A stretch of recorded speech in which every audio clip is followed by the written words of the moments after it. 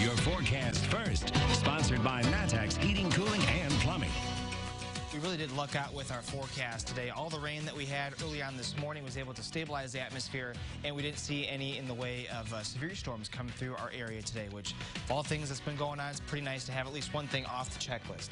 Temperatures remain very mild this evening, with a lot of us in the upper 50s and low 60s still. 62 in Lincoln, 61 in Decatur, 60 in Taylorville, 58 degrees in Champaign, 61 in Danville, and currently in Springfield at 62, which is where we have our Flooring America weather camera on our roofing dog guy net. Still breezy though, with wind gusts up to around 20 to 30 miles per hour. And as we go through the overnight hours, we're going to remain relatively cloudy. Same thing for tomorrow as well. A few light showers are possible early in the morning, but otherwise temperatures will be falling into the 40s by tomorrow afternoon. WCIA 3 News starts right now.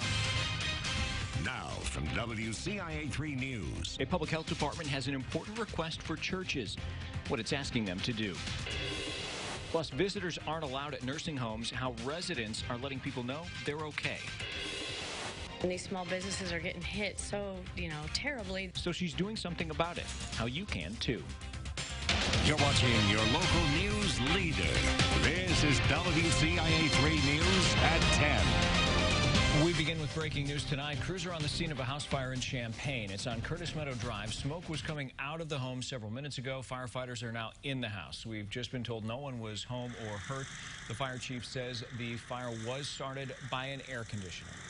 In other news, state leaders announced the first death from coronavirus in central Illinois. It was a 71-year-old woman from Florida who was visiting family in Springfield. She was the first confirmed case in Sangamon County.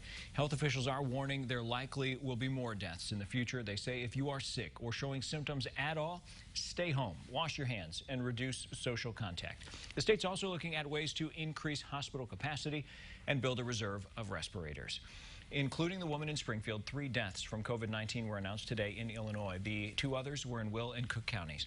That brings the total to 4 in the state.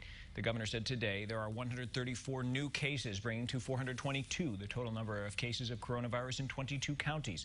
Health officials say the number is rising quickly, partly due to the increase in testing and the rapid spread of the virus itself. The governor seconded a warning from the Illinois State Board of Education. It is telling K-12 administrators schools could be closed beyond March 30th, but it's unclear exactly how long. In a meeting Tuesday, ISBE said an extension was, quote, a very real possibility. It said that decision will be made alongside state public health officials, and districts should prepare for extended online learning plans.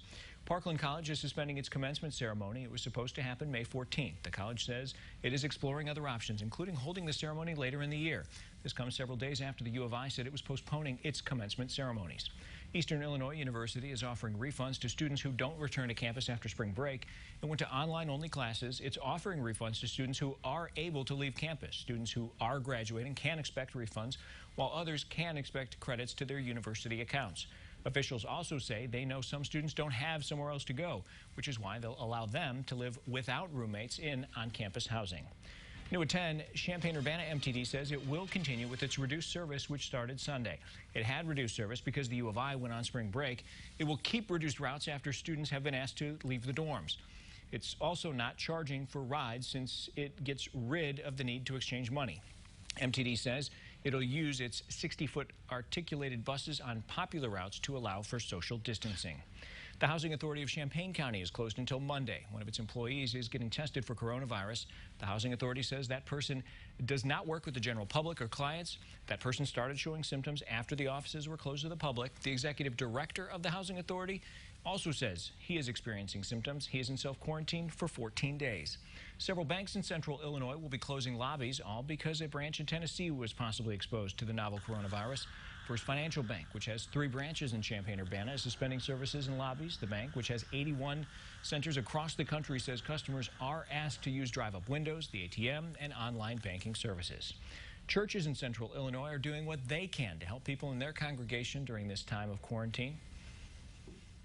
The extending of friendship and the receiving of friendship is so important in this time. The Champaign-Urbana Health Department sent an urgent request for churches to stop gathering to avoid exposure in large groups.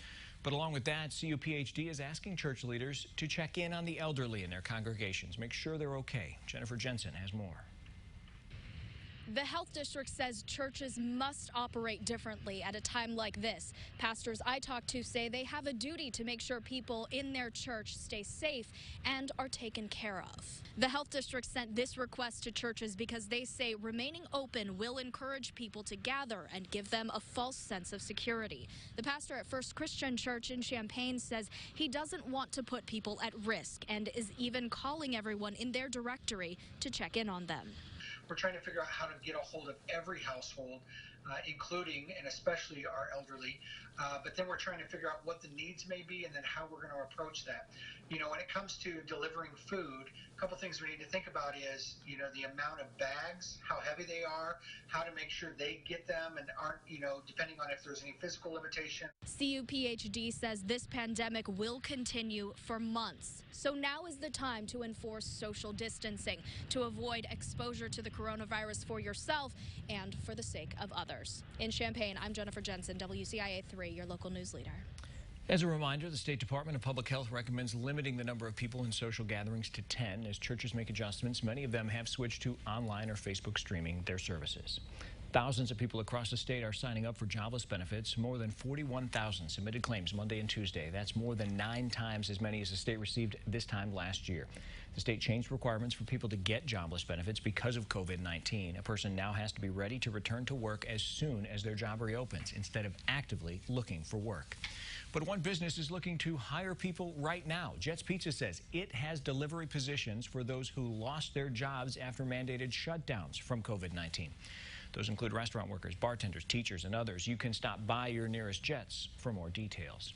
Small businesses affected by coronavirus could be eligible for low-interest federal loans. It's from the Economic Injury Disaster Loan Program within the U.S. Small Business Administration. Businesses could get up to $2 million. We'll have a link on how you could apply at WCIA.com. We are your local election headquarters. A Republican in Champaign County wants a recount after he says some of the early votes were totaled too early. One of the results pages for Tuesday's primary was time-stamped March 16th at 10:19 p.m. That's the day before the election. Champaign County Recorder Mark Sheldon says if that happened, it is against the law. They just kind of can't believe it could be done or would be done. So it's not legal. Nobody would even consider doing it in any other county.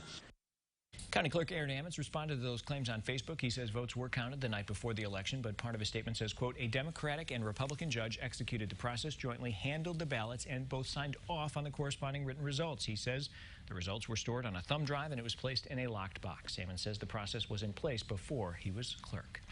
Businesses across the state are hurting because of COVID-19, how one woman is trying to help. Plus, grocery stores have recently become a packed place, how some are making it easier and safer for seniors to shop. And today would have been the start of the NCAA tournament, but the Illini wouldn't have gotten there without help from at least one player.